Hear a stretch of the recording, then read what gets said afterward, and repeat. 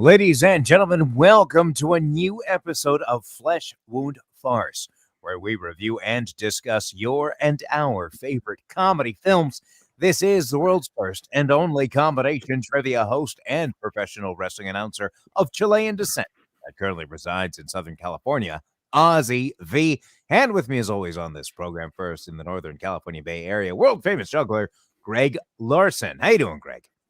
Ozzy, I've got a wonderful beer, and it's good to see you guys. The second episode of the year. So, yeah, all in all, doing all right. How about yourself, man? Fantastic. I'm still champion, so I can't complain. Todd? Flesh Wound producer Todd, how you doing? I can complain until he stops putting himself over. Hey, man, I've earned the right. You're just lucky. There was 1 year I was very close to, so I'd won 2 leagues. See, I'm already over it. No, It's like the middle scene of the Reno 911 movie. Not done. I'm not done. This is why he's not a good middle. Oh, you have no idea.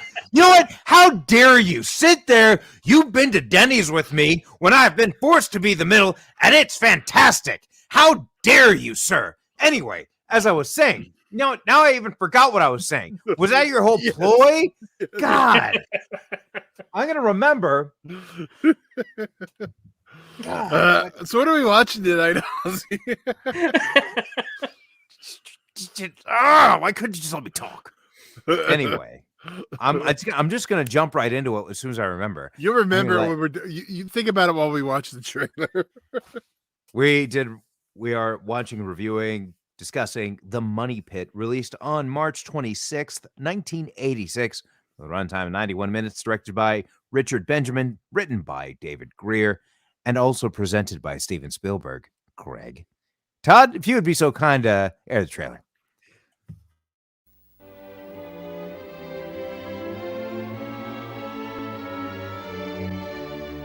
Anna and Walter are young, single, and in love. They've got good jobs, fabulous futures, a magnificent new home that they bought for a song. Who says they can't have it all? It's gonna be fun fixing it up. You'll see.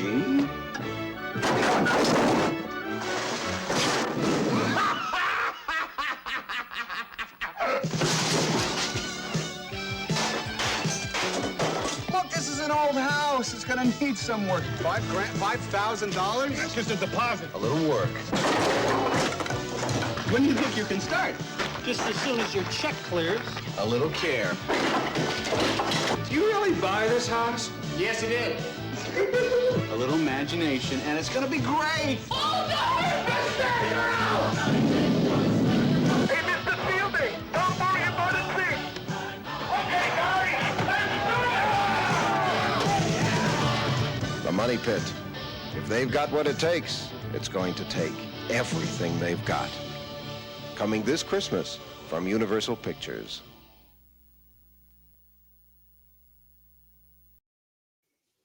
Okay, so whatever, Greg, be disappointed, be upset, whatever. I'm going to take the joy. I'm going to be positive here. I'm going to bring the positive. I'm going to bring the happiness here because you're going to be the Grinch of the show. That's perfectly fine. That's okay.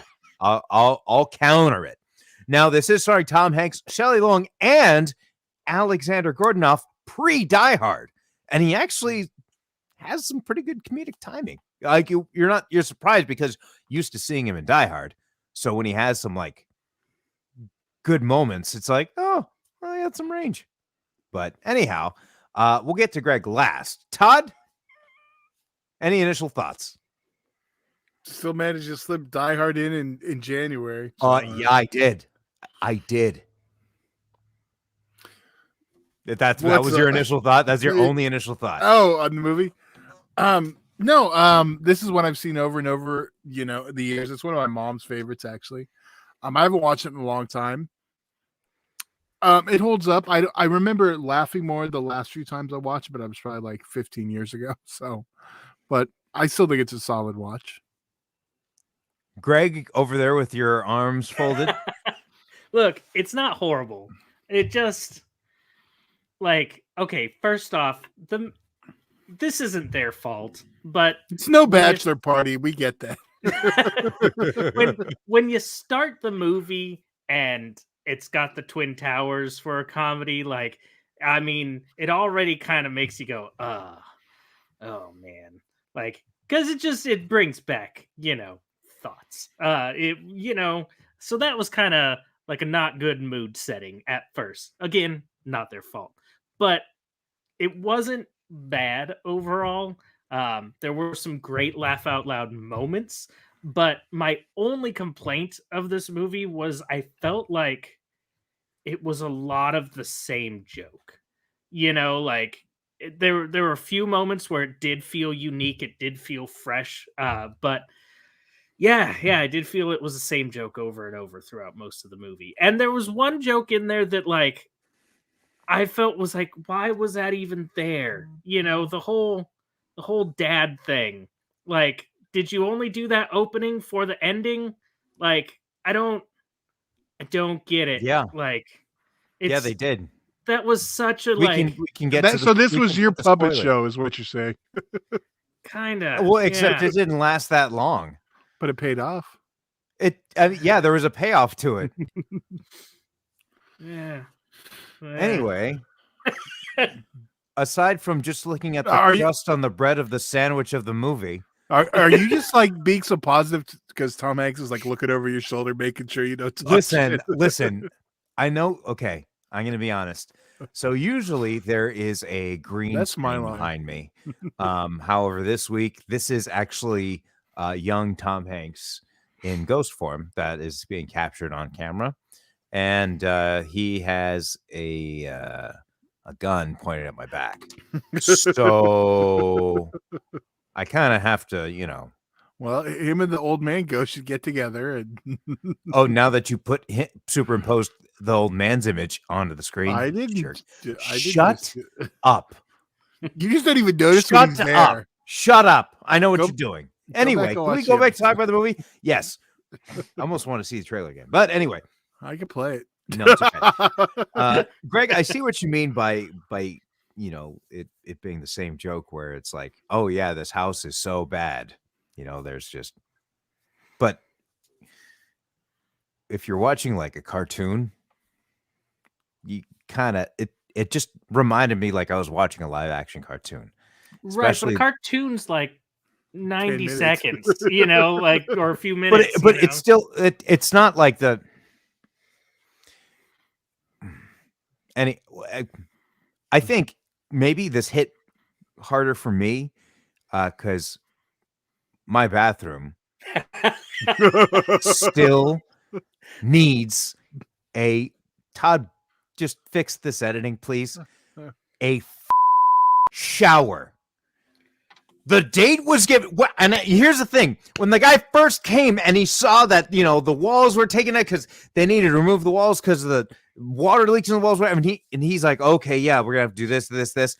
And how long do you think that's gonna take? You know what he said? I swear to God. Weeks. He said 2 weeks. He said 2 weeks. So the whole time, now, for anybody that hasn't watched this movie, and every single person that goes to come work on the house, whether it be plumbing, the carpenter, whatever, when he asks, how long is this going to take? How long do you think it's going to 2 weeks, about 2 weeks. But it takes longer than 2 weeks. So it was November 29th is when the 2 weeks were supposed to start. And it is, at time of this recording, January 2nd. By the time of this airing, I'm hoping there will be a shower in that bathroom, but it might be another 2 weeks. I don't know. Well, if So you go maybe ask this him is right why I did a now, excuse me? if you go ask him right now, they're going to tell you, yeah, it'll be done in 2 weeks. It'll be done in 2 weeks. Yeah, exactly. So when that already put me in a good mood, and like as you mentioned, you seeing whatever put you in like not in the best mood, hearing the 2 week estimate every time is just like, oh man, this is great. This is gold. Yeah. But if I'll just take this opportunity to segue into the favorite moments of the film. For me, and this is, I watched it multiple times. I laughed so hard, I was in tears, and I went back to watch it 2 additional times.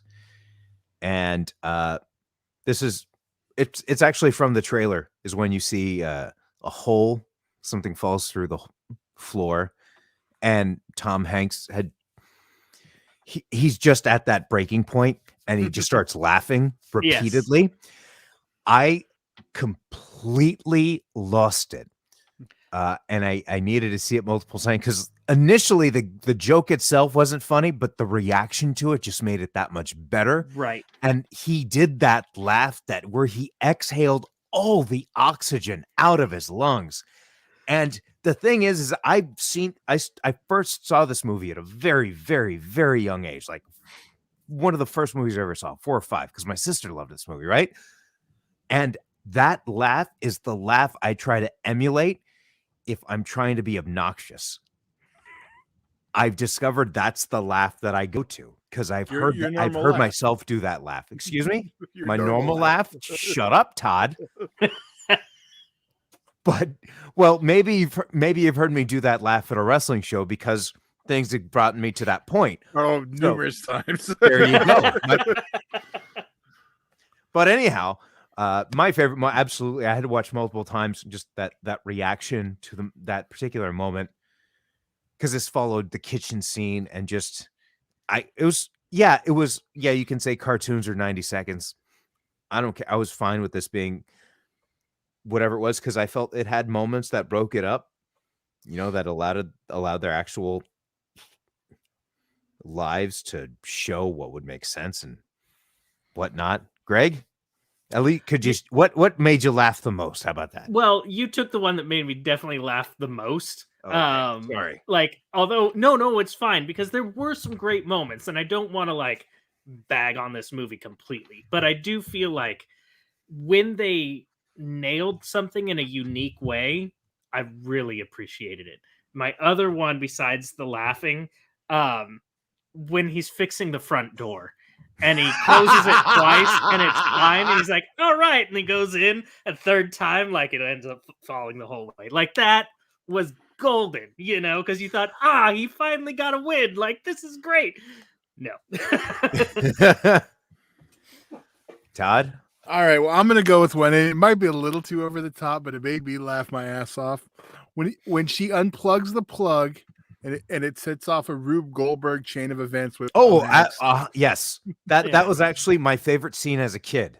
Okay, well, and something I hadn't noticed before when I'd seen it is that because it had been so long and I was at a much younger age, but there's 2 people who are working on the house, and when they see this character that happens to be, he got these curtains wrapped around him because a whole series of events happened, and he falls into this, I don't know, concrete paste, anything. They think he's a ghost, which just makes it even oh my gosh, it's like a perfect comedy of errors. When I talk about being a cartoon, it reminds me of Wile E. Coyote. Just, oh man, just so much. I had fun with this movie, I really did. And however, I was feeling really great about it, and especially honorable mention. Them having a fight in front of everybody was so. I mean, I almost want to say it was underrated because it was so smart. Because that fight, that argument, needed to happen in their story arcs, right? Right. That needed to take place, but it needed to be a dramatic moment, and they still managed to keep the comedy in there by having all the workers pay attention to everything that was going on. And she says, oh man, she said something about the line where your word isn't it, or too bad your check isn't as good as your word, or something like that. And everybody just immediately checks their check. Oh my gosh. But there's just a whole bunch of movies a whole bunch of moments throughout this movie that made me just laugh out loud funny. But there was a moment at the very, very end, without going into a spoiler, where it was basically what caused a major conflict in the movie when it was revealed, or I guess when the solution was presented. It just kind of seemed like, oh, okay, so everything's fine then. And I was just like, whoa, hold on a second. I got to be fair, because private school did this, where it was my fault, and it's like, well, not so sure. Maybe I'm going to use the same defense, though, Ozzy. It was the 80s. No one cares. But I honestly think it was because, I mean, I don't want to spoil anything. I don't, so I don't. Or what do you think? It is 86. Well, how do we vote? Do we if want you to want do the ratings? I'll do the ratings, then I'll jump into spoilers so I could speak, so I could speak to specifically what I'm talking about. So I was actually if they can on buy route. a drink, you're good. I'm sorry. I think if the movie can buy a drink at this point, we're good to spoil things. If the movie can buy a drink at this point, it's good to spoil things. That's fair. But I will still, just in case anybody's like, no, don't tell me. I don't care. Whatever. Because So people we'll will do the watch the movie on the strength of our review. That's true. There you go. So I was en route to giving this a 4 until the ending happened, and then it brought it down to a 3.5. So I'll say 3.5. Huh. Greg? That's interesting. No, just because I'm gonna give it a 3.5 as well. Like, I didn't think it was amazing. I love Tom Hanks and Shelley Long. How can you not? And I mean, their acting was great. The moments that were unique, like the jokes were great at first because you're like, oh, this is what's going on. And so those were great at the beginning. Then you had some that were very unique, which made you laugh out loud again. Then it got a little stale, and then Tom Hanks laughed, and then it just kind of brought it back a bit. So I got to agree, it's a 3.5. Well, not to shake things up, I'm a 3.5 also on this one. Oh, look at that. So, Consensus. yeah. All right, 3.5. Not on any stream, like you can't find this on Netflix or HBO Max right now. So best bet would be to purchase it digitally or rent. I'd recommend a purchase because this is definitely I will be seeing again soon. Now, just to get, we won't need to do the spoiler alert, but if you do want to watch that and not be surprised by what happens in the film, this is where you can turn this off. We bid you adieu right now. How's this any different than a spoiler alert?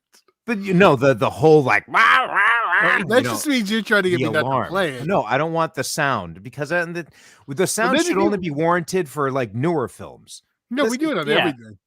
Yeah, but I don't think we should do it on this case. In this case, Okay, if it's old enough to buy a beer, it doesn't require the sound. You get the banner. There we go. Okay, we'll get the ticker. Nice. That's fine. Okay. So Shelley Long's character Anne ends up sleeping with her ex-husband, played by Alexander Godunov, Max, and this is what causes Tom Hanks to say, I don't want to, Walter Fielding, I don't want to be in this relationship anymore, and they look like they're about to split up.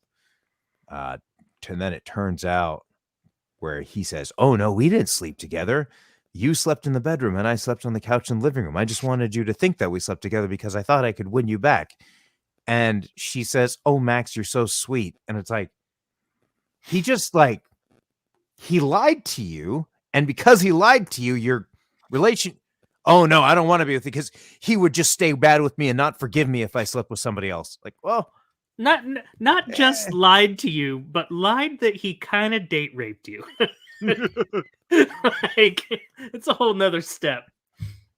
No, but and then when it came to the very end where Walter turns to Anne and says, I don't care that you slept with Max. I mean, I care, but I not enough to not be without you. And then she says, I didn't sleep with him. She's like, oh, you didn't? And then the next thing you see is that they're married. It's like, wait, okay, everybody hold on a second.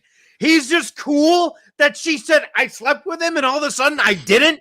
What, like, the first thing the eyes should have popped out of his head. Like, what are you talking about? What did you make this up? Was this a test, a sick test? And then that led to a wedding scene? Come on now. If there was just like, I don't know. It just didn't. Am I alone on that? Is that sorry? It was the 80s. Okay. Well, Yeah. It was a common trope. It's not the first time it happened. Well, you had Joe Mantegna also in the film as Art Shirk, who was showed up practically a cameo for just like a few minutes. But he was under the presumption that Shelley Long's character, Anne, had called the carpenter for other services. You're lucky that didn't make my list. And then shortly afterward, Walter's upset that, it was Anne's words. He almost attacked me. And Walter says, "Oh, but he's the best carpenter in town. You know how hard it is to find a carpenter? And his brother's a plumber." And then just, "Oh, plumber. Will I have to sleep with him?" Just all. So it is. I see what it is actually very 80s in that sense. Yeah. So yes, but still highly recommended. Just because the gags in there were enough to keep me entertained the entire time.